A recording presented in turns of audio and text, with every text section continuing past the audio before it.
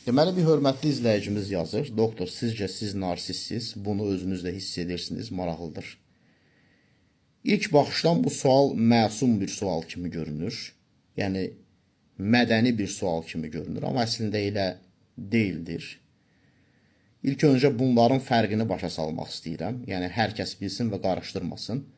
Narsistik keyfiyyətlər başqa şeydir, narsistik şəxsiyyət pozuntusu başqa bir şeydir. Narsistik keyfiyyətlər elə, əgər siz bu sualı yazmısınızsa, sizdə də var. İnsanların bir 80%-ında var. Yəni, öz uğuru ilə öyünmək, ara bir mənəm demək, rəqabətə meyillik, özünü tərifləmək. Yəni, bütün bunların hamısı hələ narsizmə işarə eləmir. Bunlar keyfiyyətlərdir. Narsistik şəxsiyyət pozuntusu o deməkdir ki, yəni bunlardan əlavə o insanda patoloji olaraq yalan danışmaq var, başqalarını aslı vəziyyətə salmaq var özündən, başqalarını dəyərdən salmaq var, başqalarını alçaltmaq var, başqalarını istismar var, maddi, mənəvi və yaxud da ekonomik. Bir sözlə metaforik ifadə eləsək, başqalarının həyatını zindan eləmək, qara əskiyə bükmək. Yəni, narsist deyəndə bu nəzərdə tutulur. O ki, qaldı keyfiyyətlərə, hansı ki, texnologiyanın xüsusilə inkişaf etdiyi dövrdə bu tamamilə normaldır. İndi sizin sualınıza cavab verirəm. Şəxsiyyət tipi olaraq mən narsist deyiləm. Mən şizoid şəxsiyyət tipinə məxsusam.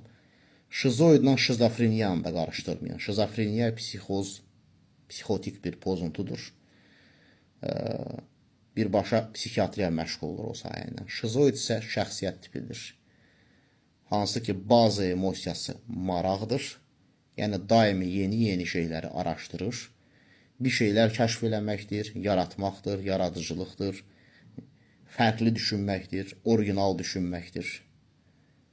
Təbii ki, şizoid bir çox insanlardan fərqləndiyinə görə də narsistik keyfiyyətləri olması yüksəkdir. İndi mən sizə sual verirəm. Sizi nə məcbur elədi mənə bu sualı verəsiniz? Necə anladınız ki, mən narsistəm?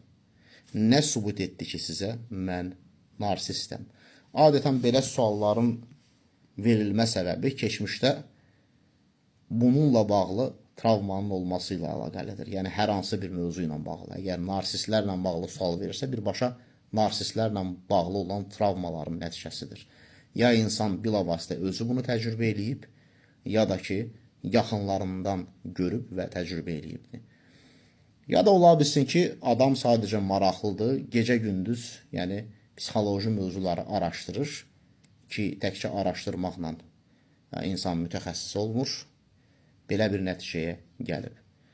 Ümumiyyətlə, insanlar, xüsusilə travma yaşayan insanlar hər zaman meyillidir ki, hadisələri elə formada quraşdırsınlar ki, özü ilə bağlı olan inancları, ətrafdakı insanlarla bağlı olan inancları və dünyaya aid olan inanclarını təsdiqləsinlər və desinlər ki, bəli, mən demişdim, mən bilirdim ki, bu belə olacaq. Biri var ki, bir hadisə baş verir, insan negativ ruh halında olur. Bir də var ki, negativ ruh halını yaratmaq üçün hadisələri özün dizayn edirsən. Yəni, sən negativ hadisələri yaradırsan ki, özün vərdiş halına çevrilmiş negativ emosiyanı yaşayasan.